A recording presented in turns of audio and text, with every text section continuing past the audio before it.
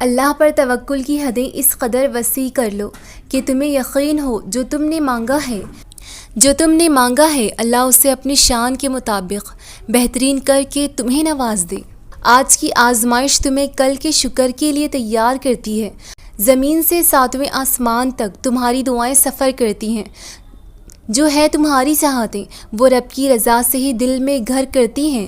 اس طرح ہی تو رب کی رحمتیں تم تک اترتی ہیں۔ تھکے اور خاموش دل کے لیے اللہ کی مدد جلد آتی ہے۔ سجدے میں بہائے گئے آنسوؤں کی لاج اللہ رکھ ہی لیتا ہے۔ پھر لوگوں کی باتیں اور رکاوٹیں کوئی معنی نہیں رکھتی۔ پھر اللہ تمہاری دعاؤں کو ہی وسیلہ بنا دیتا ہے اور تم تک ایسی مدد پہنچا دیتا ہے جو نہ کسی نے دیکھی ہوتی ہے نہ سنی ہوتی ہے۔ اور جانتے ہو یہ وہی معجزہ ہوتا ہے جس کا تم انتظار کرتے ہو، اور اللہ اس کا جواب تمہیں اپنی مدد کی صورت میں دیتا ہے۔ تم دیکھتے رہ جاتے ہو آخر یہ کیسے ہوا، اور اللہ تمہارا نصیب بدل دیتا ہے۔ تم نے جو خواب سجائے ہوتے ہیں انہیں اللہ ہی حقیقت بنانے پر قادر ہے۔ وہ کبھی نتیجے نہیں مانگتا، وہ کہتا ہے تم بس کوشش کرو، اور کوشش کے بعد بھی بات نہ بنے تو مجھ پر چھوڑ دو، کیونکہ مجھے بہتر معلوم ہے تمہیں کب کیا اور کیسے دینا ہے۔ روتی ہوئی آنکھیں اور ٹوٹا ہوا دل اللہ کی خاص توجہ میں ہوتا ہے۔ سورہ یوسف گواہ ہے، کچھ چیزیں بہت طویل صبر کے بعد ملتی ہیں، جیسے بچھڑے ہوئے یعقوب کو ان کے بیٹے کا مل جانا۔ کچھ دعائیں اللہ کو اتنی پیاری ہوتی ہیں کہ وہ انہیں کچھ وقت کے لیے اپنے پاس سنبھال لیتا ہے تاکہ تم بار بار اس کو پکارو، اور جہاں کہیں تمہارا صبر بکھرنے لگے وہ ان دعاؤں کو قبول کر کے تمہیں سنبھال لے۔ بہت جلد اللہ تمہیں ان دعاؤں کی قبولیت دکھائے گا جس کو تم نے کبھی بہت تڑپ سے مانگا تھا، اور تم کہو گے یا اللہ یہ تو وہی دعا تھی جو میں نے بہت پہلے مانگی تھی اور سوچا تھا شاید یہ دعا اب کبھی قبول نہیں ہوگی۔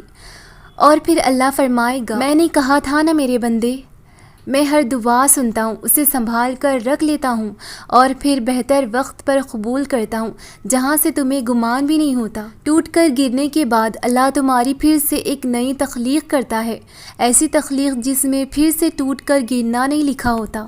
لیکن وہ کہتا ہے کہ گھبراؤ نہیں، غمگین نہ ہو، میں تمہارے ساتھ ہوں۔ کیا ہوا اگر میں نے تمہیں وہاں سے نہیں دیا جہاں سے تمہیں امید تھی؟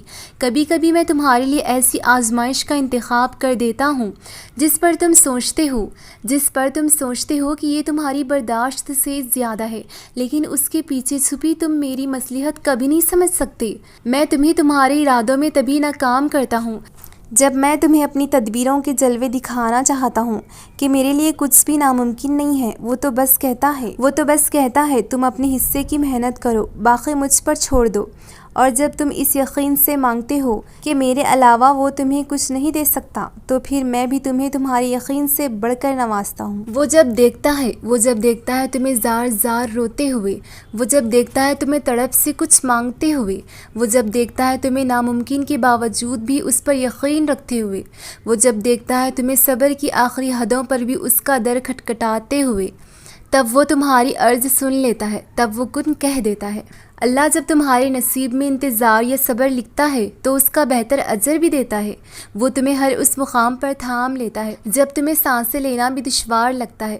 وہ تمہاری ان دعاؤں کو بھی سنتا ہے جن پر تم صرف ہونٹ ہلاتے ہو، لیکن دکھ بھری فریاد کو تو بڑے غور اور دھیان سے سنتا ہے۔ تم جب تک سناتے ہو تب تک سنتا ہے، اور جہاں تم خاموش ہو جاتے ہو وہ تمہیں وہیں سمیٹ لیتا ہے۔ کچھ دکھ وہ مٹاتا بھی ہے اور کچھ غم کم بھی کرتا ہے۔ جب تمہیں لگتا ہے کہ اب کچھ نہیں بچا، تب وہ نئے راستے بھی دکھاتا ہے۔ کبھی صبر کی انتہا پر ہمت کی تھپکی بھی دیتا ہے، اور کبھی تو ساری الجھنیں سلجھا دیتا ہے۔ وہ اگر دعاؤں کی قبولیت میں وقت لگاتا ہے تو پھر تمہیں بھی مطمئن ہونا چاہیے، جو اب تک نہیں ہوا ضرور ہوگا، تمہاری سوچی گئے راستوں سے نہیں ہوا، وہ اب تمہیں اللہ اپنے غیب کے خزانوں سے کر کے دکھائے گا۔ اس صبر و انتظار کے اجر میں تمہیں وہ سب دے دے گا جو نہ تم نے کبھی سوچا ہوگا، نہ جس کا کبھی گمان کیا ہوگا۔ کبھی کبھی اللہ تمہاری دعاؤں کو بھی آزمائش بناتا ہے، اور جانتے ہو کیسے جب وہ ہر راستہ بند کر دیتا ہے، امید کی آخری شمع تک بجھا دیتا ہے، نہ آگے کوئی راستہ نظر آتا ہے نہ پیچھے۔ نہ دعائیں قبول ہوتی نظر آتی ہیں، نہ اللہ کی مدد کہیں سے نظر آتی ہے۔ مایوسی تمہیں ہر طرف سے گھیر لیتی ہے۔ یہی وہ وقت ہوتا ہے جب اللہ تمہاری دعائیں آزماتا ہے دیری کر کے۔ یہ وہ وقت ہوتا ہے جب اللہ اپنے بندوں کے اور بھی قریب ہوتا ہے، کیونکہ وہ جانتا ہے کہ اس وقت اس کے بندے کو اس کی سب سے زیادہ ضرورت ہوتی ہے۔ اس وقت مانگی گئی دعائیں قبولیت میں وقت ضرور لگا سکتی ہیں، لیکن قبولیت کا درجہ پا لیتی ہیں۔ ہمت رکھو، اللہ سب جانتا ہے۔ صبر رکھو، اللہ تمہارے ساتھ ہے۔ تہجد کی دعائیں بدل دیتی ہیں حالات بھی اور نصیب بھی۔ تہجد کی دعائیں وہ سفارش ہیں جو روبرو سننے والا بھی اللہ ہے اور قبول کرنے والا بھی اللہ ہے۔ جب مشکلیں بڑھ جائیں، جب دل پر بوجھ زیادہ ہو جائے، جب آنکھیں غم سے نم ہو جائیں، تو یاد کر لینا ہر مشکل کے ساتھ آسانی ہے، اور اللہ تعالیٰ کسی کو اس کی برداشت سے زیادہ نہیں آزماتا، اور یہ بھی کہ صبر کرنے والوں کے لیے بے حساب اجر ہے۔ اللہ یقین کرنے والوں کو کبھی مایوس نہیں کرتا اور نہ ہی کبھی نا امید ہونے دیتا ہے۔